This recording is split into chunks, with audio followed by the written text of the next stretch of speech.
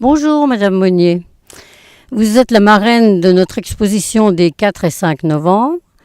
Vous êtes biologiste et photographe. Comment arrive-t-on de la biologie à la photographie ? Bonjour, alors en fait la biologie, donc l'hydrobiologie que j'exerce, c'est l'étude de la vie des rivières, des lacs. Et en allant étudier donc, cette biodiversité, et en allant mettre un petit peu la tête sous l'eau pour aller faire des recensements d'espèces, piscicoles ou d'écrevisses par exemple, je me suis rendu compte qu'il y avait quelque chose à faire, puisque il y a vraiment un monde inconnu là-dessous, sous la surface. Et en montrant quelques photos que j'avais prises avec mon petit compact à l'époque, mon petit compact étanche, quelques photos à la famille, aux amis, je me suis rendu compte qu'en fait ils étaient très étonnés de voir qu'il y avait tout ça dans la rivière tout près de chez nous. Il y a autant de choses, mais c'est magnifique, etc. Et du coup, petit à petit, je me suis munie d'un appareil un petit peu plus sophistiqué, on va dire.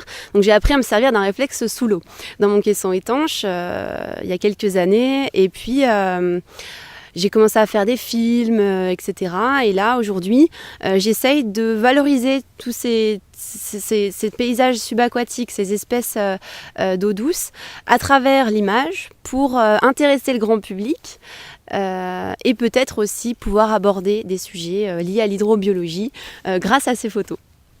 Je suis souvent près de la surface, en apnée ou beaucoup en surface en fait. Je fais beaucoup on appelle ça du snorkeling, c'est pas le masqué tuba et on se promène, c'est de la randonnée aquatique en surface. Et l'idée en fait c'est d'avoir la meilleure lumière possible dans des zones où les eaux sont les plus claires possibles. Donc de la transparence, ça c'est primordial pour faire les images subaquatiques. Alors ces conditions donc, de transparence de l'eau sont très importantes, notamment aussi la météo. C'est vrai que c'est bien quand il y a du temps assez clair avec pas mal de lumière sous l'eau. Et également, ce qui est aussi important pour réaliser ces images, notamment quand on veut photographier ou filmer de la faune, c'est le comportement. Il faut être le plus discret possible. Donc une approche lente et respectueuse du milieu pour pouvoir avoir des interactions intéressantes avec les poissons notamment. D'ailleurs, dans ce cadre, vous avez l'intention de faire une projection avec une petite conférence et un échange débat avec la salle.